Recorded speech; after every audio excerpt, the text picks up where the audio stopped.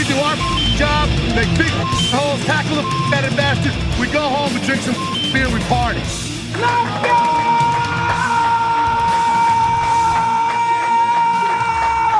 All right, let's move on to the East. Let's move on to the Eastern divisions for the AFC and NFC. So let's start with the AFC East, 4th place.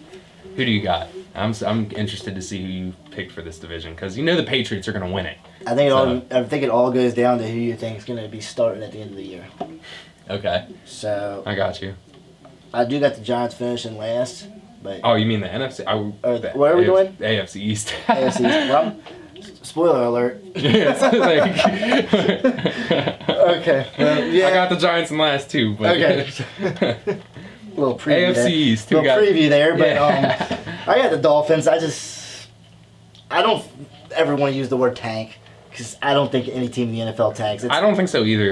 That's just not plausible. It's different than the NBA. And, It's completely different. MLB. Yeah. I agree. I don't think they're tanking. I don't.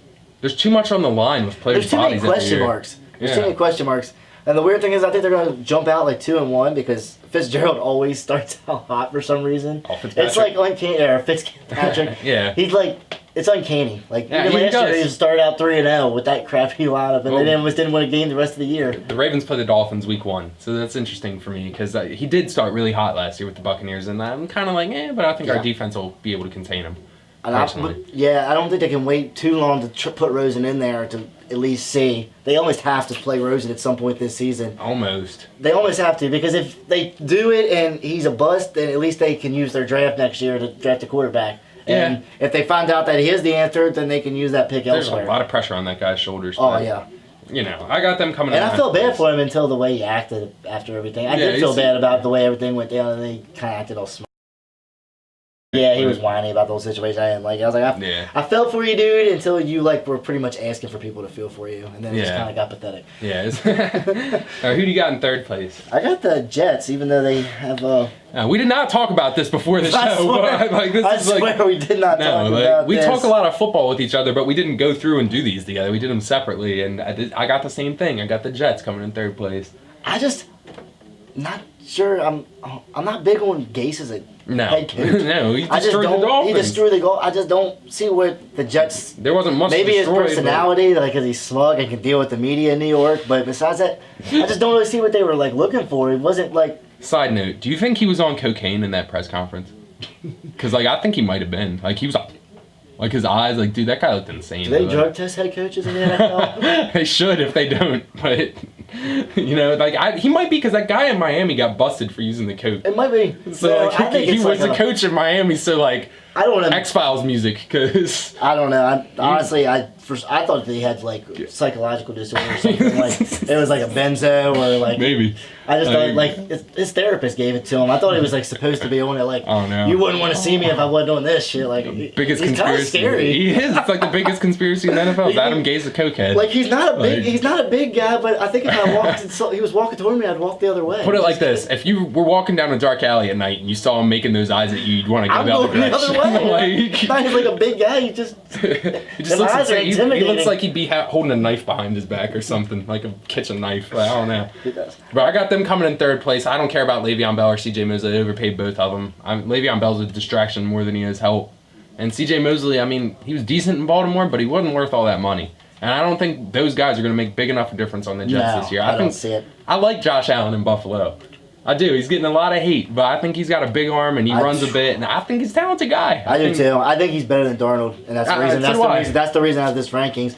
My biggest problem one game ahead of the Jets. My only issue is outside of Beasley, they don't really have much offensive playmakers besides the over 50 club. Yeah. in the running back stables, but yeah. That's my only issue, but the defense is going to be loaded. I love the Ed Oliver pick. He's going to be a stud. Oh, yeah, I do love that. Yeah, he's going to be a stud. Anybody that says he's too small to play defensive tackle, just get out. Because he's too good. Built, just the way he's built. Yeah, he's like a low center guy. He reminds me like Kelly Gregg. He's not talented as Aaron Donald, but he's built like Aaron Donald. Yeah. Just the way they're built, a lot of people, he's not built like your stereotypical defensive tackle. I love that. Basically, you're just like an anchor. Yeah, the line's kind of like wrestling, and the fact that you want to have a low center of gravity and get under the other guy's pads, and I think he's perfect body type for that. He's definitely going to be a stud in the NFL. Yeah. Honestly, he's on my early season defensive rookie of the year watch list. I like that. Yeah. He's probably top 3, honestly. I could definitely see him again. I think he's going to probably be about 9 or 10 sacks this year. I like that. That sounds... it might be a little reaching, but I like that. It's a little reach. I mean, it's a little bold of a prediction. Yeah. But, I love this guy's tape coming out of college. So. I really do, too. Yeah. I think he'll definitely be a stud for years to come in the NFL. No, I don't think we can just brush over this real quick because, nobody wants to talk about that crap. So. No, everybody knows they're going to win their division and play in the AFC. I will ask you this. Is this the last year, or how many more years do you think we have before we finally see this ridiculous streak of AFC East championships? I think they might win their division next year. I don't know. I mean, I think they're going back to the Super Bowl this year, but I honestly think that this might be the last time. How do you bet against Belichick? That's what I'm saying. I don't see how you do it until somebody proves otherwise. Yeah, and I think that the Jets have potential. Maybe with Darnold, I like him as a QB. I like what the Bills got going on, but until Brady's it's just you gotta wait till he's done. I think Buffalo's enough to come in. I think Buffalo, if they could get a couple of playmakers. Man, that's why I really wish they would have gotten AB, and I feel bad for him about the whole situation with Antonio Brown. I just feel bad about how that would have been kind of a nice connection.